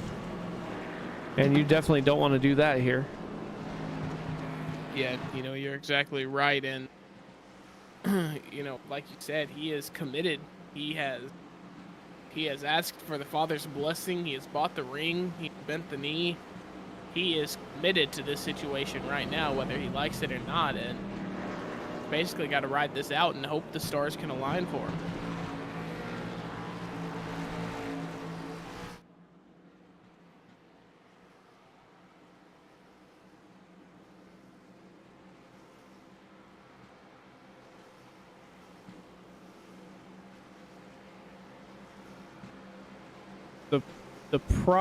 The other problem is Ryan Steele's going to have Butch Davis to his outside on not on fresh tires, but on fresher tires.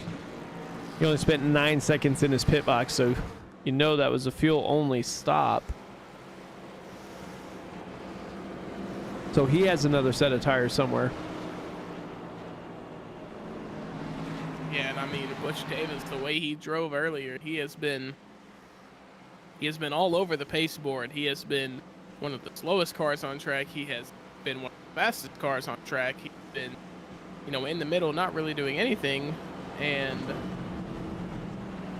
he is probably the most dangerous driver on track right now.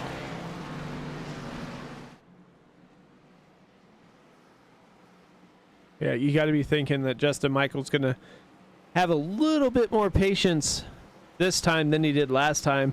He got a little loose coming through the corner. See if that we'll call it the inside lane's going to get stacked up with William Fletcher. Going to be behind Ryan Steele. William Fletcher up inside the top 5. Haven't seen that in quite a while. We'll see if he's able to transfer that into a victory, and because we didn't get a lap under green, we are single file restarting according to the iRacing service. So pace car will dive in. Ryan Steele will have the button and get to go whenever he so chooses. Ryan Steele, you gotta love this single file restart. And he's gone. He is out of there. Wow.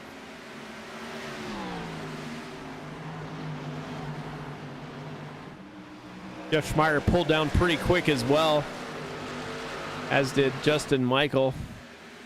William Fletcher on the high line, and Jeff Schmeier's just trying to stick his nose in there to get the run through the corner.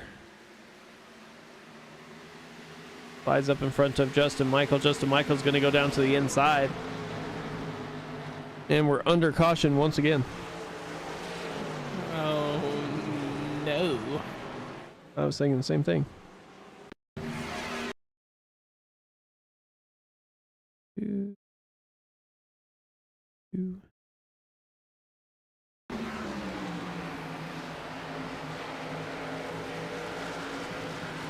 Oh, coming off of 4. Gets to the gas too fast.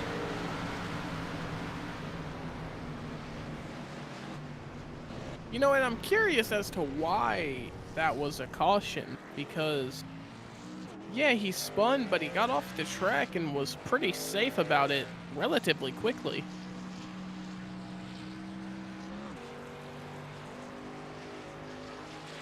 Yeah, I'm with you. I think that was pretty safe there compared to some of the other ones we've seen. Yeah, we've seen some crazy stuff go green this season, and there must have been just a speed threshold that he got lower than that triggered the caution or something, because I've seen multiple instances where that does not get caution thrown out, so there must be something within the code, just certain speed that just automatically triggered it, something, because that should not have been a caution. I'll be completely honest with you.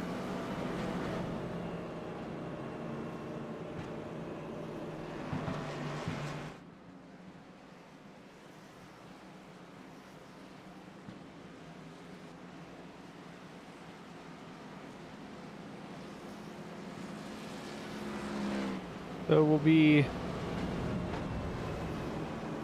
135, 160. Yeah, about that. I would say you're correct there.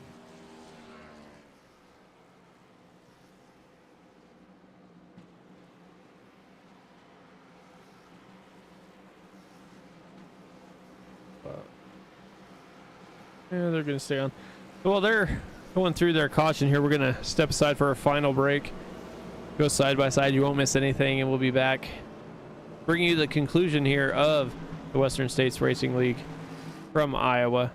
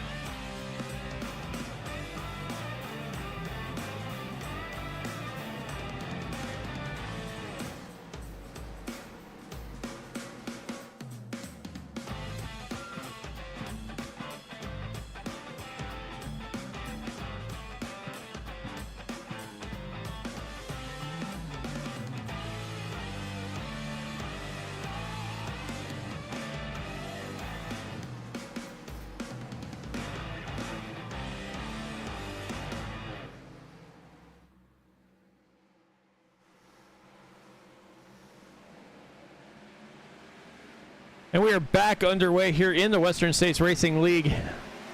Round number 8 from Iowa. Ryan Steele hits a huge jump. 3 wide behind him between, it was 3 wide. Butch Davis just pulls away. Justin Michael goes down to the inside. Is going to try and get 2 for 1. Bouncing off of William Fletcher. But they are able to keep it straight.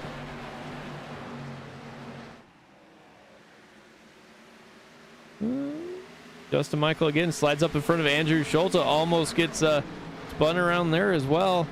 William Fletcher, Ross Rollins leaning on each other. Yeah, these guys are not giving anything up. These guys are fighting for every single inch of this racetrack. Butch Davis to the front.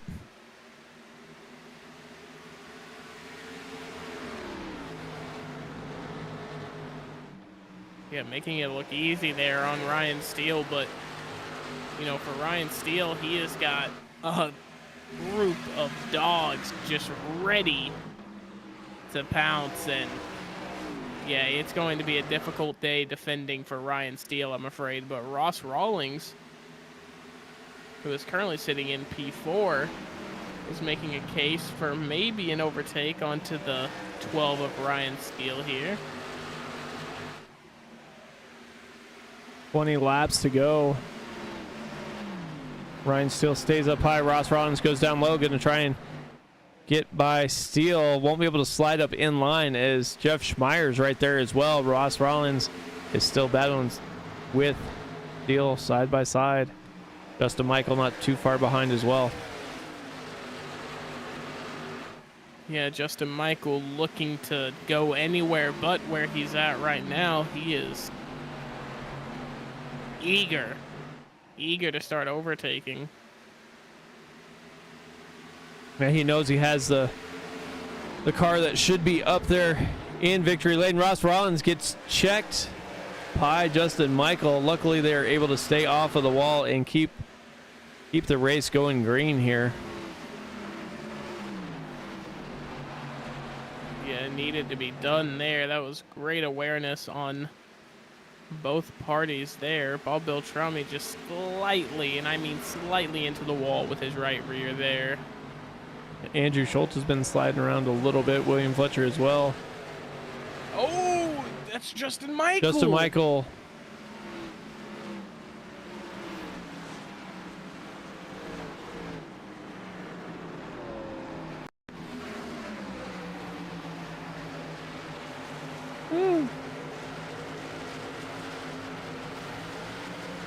I won't necessarily call it payback, but it's almost the same thing that happened a few turns ago with Justin Michael and Ross Rollins. This time the roles were reversed. Ross Rollins was on the low side and wasn't able to keep it all the way off of Rollins there.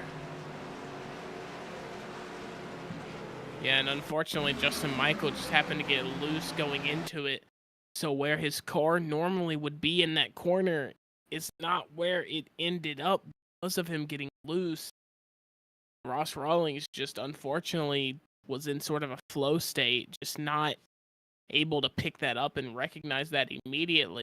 And, you know, can't say I blame him. Justin Michael is, you know, arguably the most skilled on the grid right now. So for that to happen to him is very, very rare. Justin Michael slides up and gets Andrew Schulte. William Fletcher, looks like Christian Bishop's able to make it through.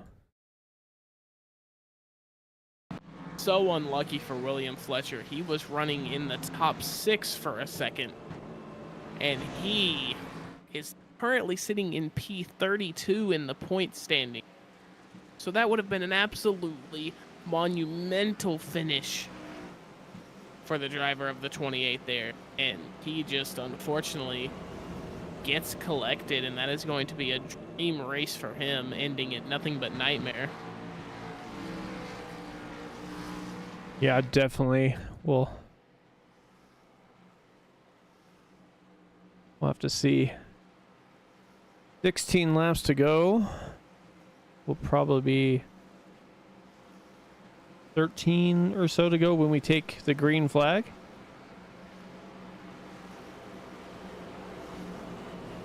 It's going to be a tight finish once again here.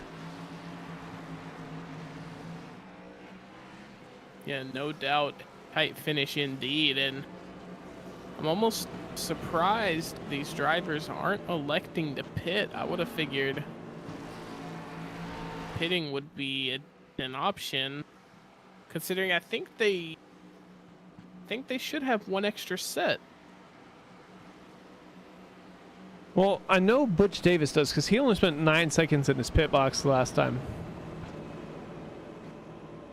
He is currently on older tires. But actually, no, I think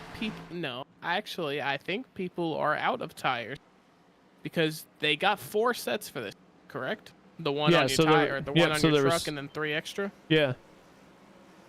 So, yeah, that makes sense, I believe. I think the only person that has tires is Butch Davis, and he doesn't need to come down if nobody else is.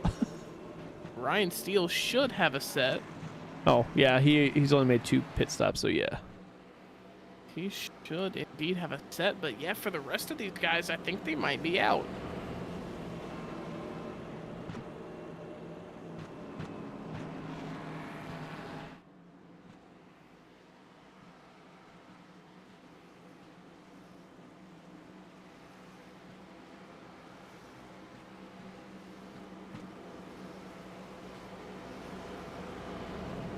So Butch Davis will lead them to green once we get going.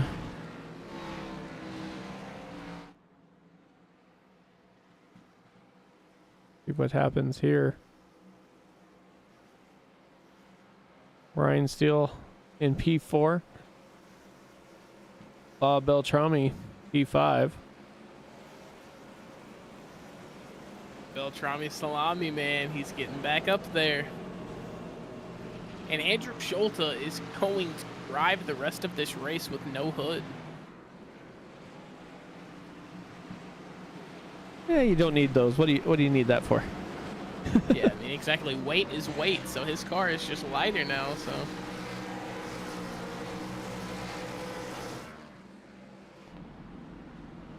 Or no, sorry, it's a front bumper that he doesn't have, not a hood. And pretty much that whole front clip. Yeah, that is going to be a lot of front and downforce lost, and his back bumper is very scrunched up, so he is going to be driving a boat out there. Yeah, just a little bit. Butch Davis down and away.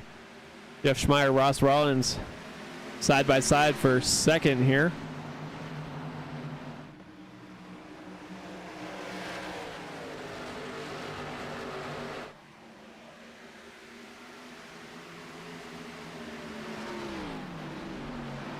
Let's get going, guys. Let's get this race complete. Yep. Butch Davis into the wall in front of Jeff Schmeier. Schmeier down to the inside, going to try and take advantage. Butch Davis is trying to hang tough. It's going to be hard to hang up there when you have damage to that right front, but he is able to do it. So far, so good. Jeff Schmeier slides in behind him. 10 laps to go. Yeah, I was about to mutter the phrase, what a day for Butch Davis, and that just emphasized my point to a T. He has been absolutely everywhere. He has been so sloppy, yet so efficient at the same time. It is truly mind-boggling, but he currently has the race lead. Yeah, race lead, and you have Jeff Schmeier in second. A guy who's made up a ton of positions is Benjamin Wirt, up 17, sitting just outside that top 10. Got to try and get one more to get that top 10 finish here. Yeah, really good day on the racetrack for Benjamin Wirt. It was a place that we don't really expect him at a lot of the time, and he is getting it done. Bob Beltrami trying to pass Lyle Swearingen. Swearingen out of line. Beltrami not able to take advantage. Beltrami outside the top 5 now, P6. As Swearingen gets a little sideways in front of him there. Like Butch Davis Beltrami kicked the wall again. Yeah, that is not something you really like to see. Bob Beltrami looked like he was making the run onto Lyle Swearingen, but I don't believe he got it done. And we're Lyle under Swearingen caution. closing. Oh no. I'm not entirely sure what happened here.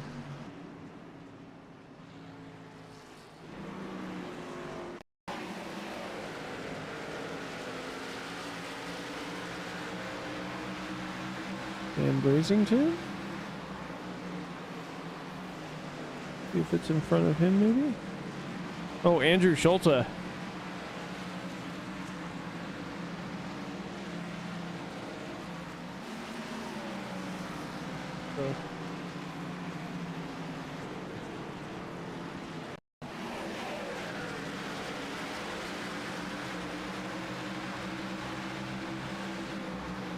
Oh, gets a little help going around. 16 of David Weaver. Brings out the caution. So good news, bad news. Actually, it's just bad news. Yeah,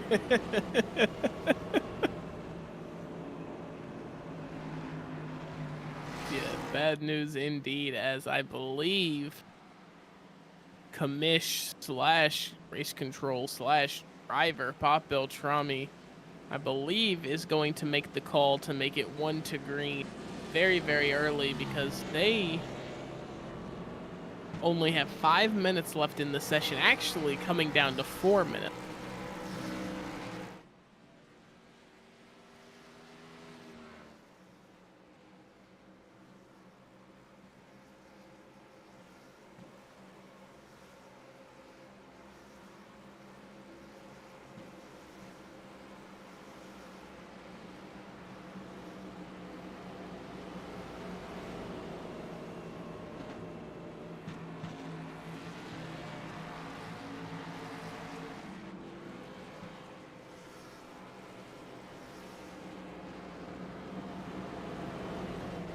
So close. Yeah, so close. I'm just sitting here watching time.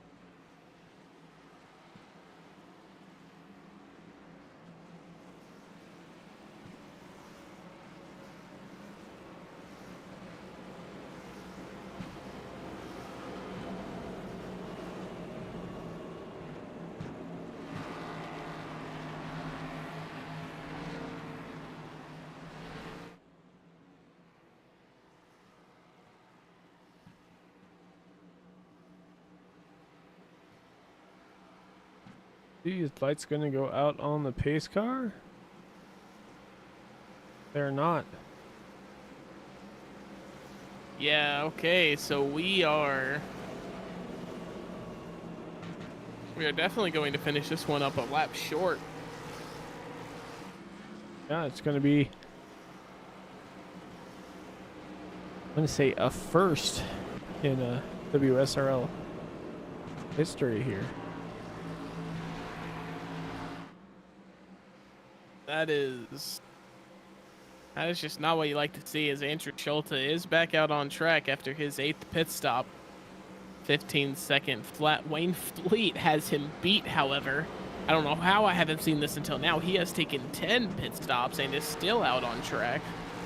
Up 4 spots, actually. So, what a magnificent day for Wayne Fleet there. Mike Fisher has had 7 pit stops.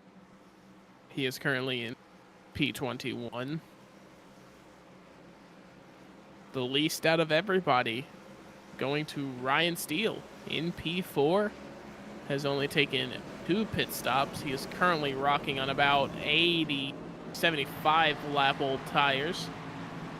And in P4, so we shall see what he can do. It's gonna be really, really close. Yeah, lights are actually out on the pace car now. I think they actually get this done. I think they get this done with about 20 seconds to spare. Yeah, it's gonna be close. Butch Davis, Jeff Schmeier out on the front row. Ross Rollins, Ryan Steele in row 2. Row 3, Lyle Swearingen, Bob Beltrami. Pace car is in. We are underway. Butch Davis gets a heck of a run there and is out in front of Jeff Schmeier. Ross Rollins, Ryan Steele still side by side. Lyle Swearingen quickly to that outside and all over the back of Ryan Steele. We cannot have a caution on this lap, gentlemen. Whatever you do, and Ross Rawlings is into Lyle Swearingen. They are staying green, however. Final lap is official. We will be finishing this race. Wow. Wow. Bob Beltrami currently sitting in P4. Jeff Schmeier is going to make a decent little attempt, and he's actually going to get the overtake on Butch Davis. Butch Davis is around.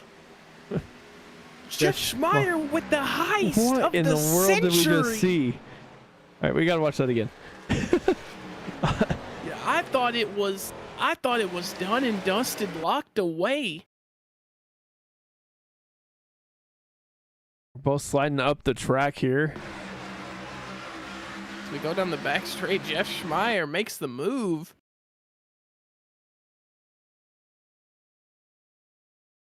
Oh, Butch there's Davis comes down. Contact between the 43 and the 32. Butch Davis. Butch Davis comes down. Jeff Schmeier straightens him back out.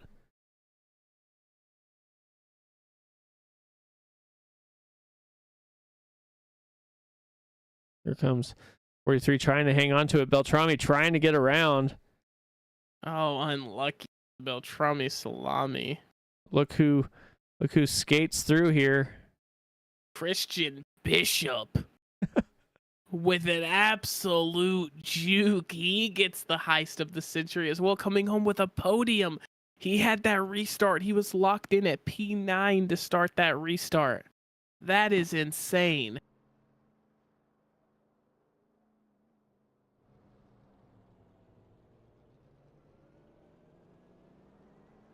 Wow, I don't even know what to say. I had seen it in real time. I didn't know what in the world happened there, but we were able to get the race completed just in time. Let's see here. I'll go ahead and bring in Christian Bishop for you, Mac. Christian Mac up in the booth. I'm speechless. What exactly happened on that last lap? Honestly, I was still trying to figure that out. It was pretty crazy. A lot of position changing. I'll tell you that. Yeah, I mean, it was a lot of position changing. Me and Mike were sitting up here. We thought it was pretty much done and dusted. And, we just see absolute chaos unfold in turn 4. And, tonight you had the pace, you had the strategy, and, did you anticipate something like this happening? I always try and keep an extra set of tires on hand in the event that we go, this long, which is why I didn't pit the first set when everybody else went in. Unfortunately, I made contact with somebody in the middle of the race that brought out a yellow when it was, I think, Butch and I and Chad, I think, all were on the same strategy versus everybody else, and it was cooking. And then that caution came out and kind of neutralized it. But yeah, you never after a race like that, you always kind of expect carnage. And on like a green-white checkered scenario with how many cautions we had, so. Luckily, it worked out for me this time. It doesn't always feel that like it works that way. So it's good to win one. Yeah, you were on the good end of that as you come home in the podium, P3. You have anybody you'd like to thank for the performance tonight? Yeah, my wife and my mom who are watching my kids so that I can do this tonight. Shout out to them. Bingo. Enough said. Ladies and gentlemen, your third place finisher tonight, number 26, Christian Bishop. Thanks, guys.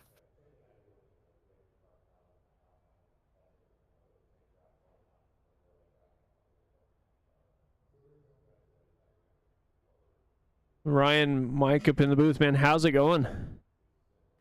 It feels good to take a losing race strategy and get second out of it. I'll take that.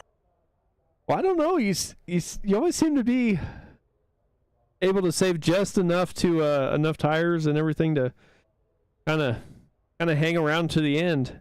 Was that always kind of your strategy there? Oh yeah, I mean, I came into the race expecting to be one of the guys that waits until halfway to pit, even though might not be the best thing to do. But I was saving tires better to everybody else on my team, so I knew I was doing okay. And heck, I was keeping up with the 87 while doing pretty good on tire wear. That says a lot, I think. So I feel like I gave up a little bit in the sense that if I had just pit with everybody else at one time, I might have been in a winning position as opposed to trying to hold everybody off for the last 50 laps or however many that was. Yeah, definitely. Especially after you had that single file restart and basically shotgun the field for quite a while. And then that caution came out again and kind of reset everything once again. But I mean, yeah, that was a strategy itself, actually. The restarts where I kept on radically changing up when I was going to go because I'm expecting everyone else is going to be getting all worked up, like gotta go now. And when you drastically change the restart point, it messes everybody up and gets them out of sync. And so it was kind of wanting there to be a bunch of cautions. So in a way, I suppose you could say I was generating them. Yeah, but heck of a race there. Able to bring home a P2. Anybody you want to thank before we let you out of here? I've always got to thank Dog Bear Team with Jeff and Bob and Brian and Dennis and everybody else, because the stuff that we talk about before the race really helps me get dialed in. We can compare our notes and stuff. Even during the race, we're like, how are we doing on tire wear? So that's always great. And I got to thank you guys for covering the series so my friends can watch. And yeah, thank you much. Yeah, anytime.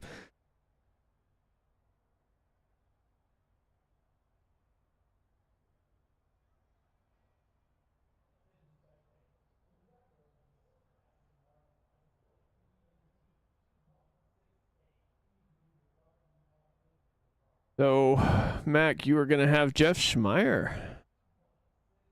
Jeff, man, Mac up in the booth and the heist of the century here for you tonight. Can you walk me through what happened there, man?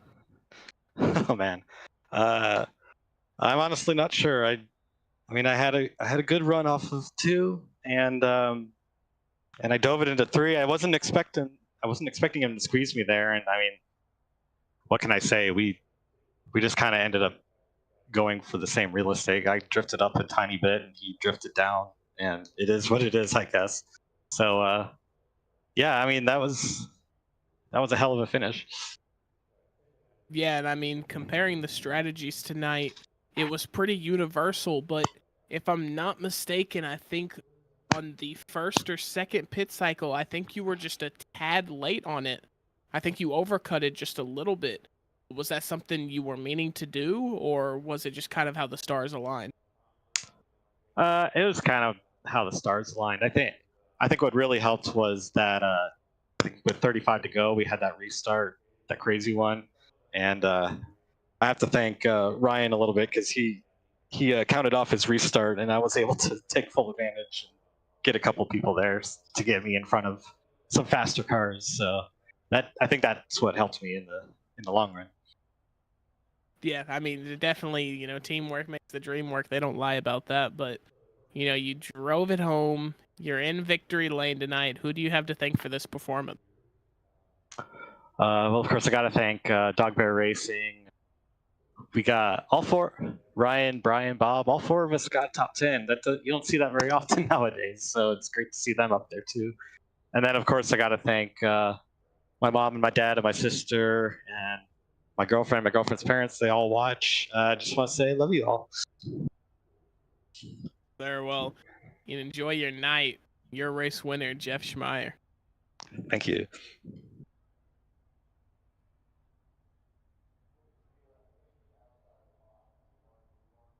So, Mac, anything you want to say before we go through this final results here? Nothing I really want to say, but it just seems like no matter what the situation is with the Western States Racing League, it's always just going to be exciting. We had I don't know how many cautions this race had tonight, too many to count, but we still end up finding controversy and excitement and just bare to the bone racing here in the WSRL, and it's just such a blast every week. Yeah, it definitely is.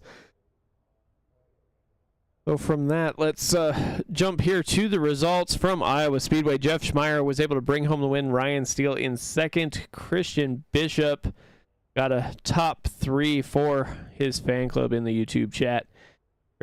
Charlie Widener, Brian Barnes, Bob Beltrami just outside the top 5. Michael Melfeld Jr., Butch Davis falls back to P8. Dennis Fuson in 9th.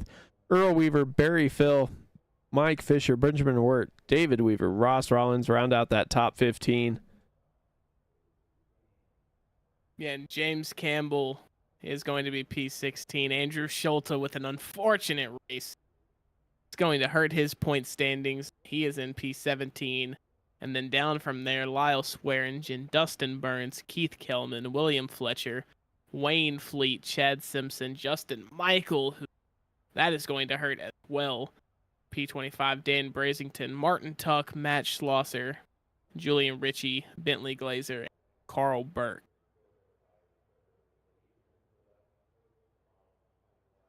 Yeah, that's definitely all the guys that took part. So from there, Western States Racing League will take a week off, enjoy the Labor Day holiday, and then get back into the next gen cars at Road America in 2 weeks here on Sim Racing Media. But from all the drivers of the WSRL League, from Mac and myself and all of us here at Sim Racing Media, I want to wish you good night, and we will see you later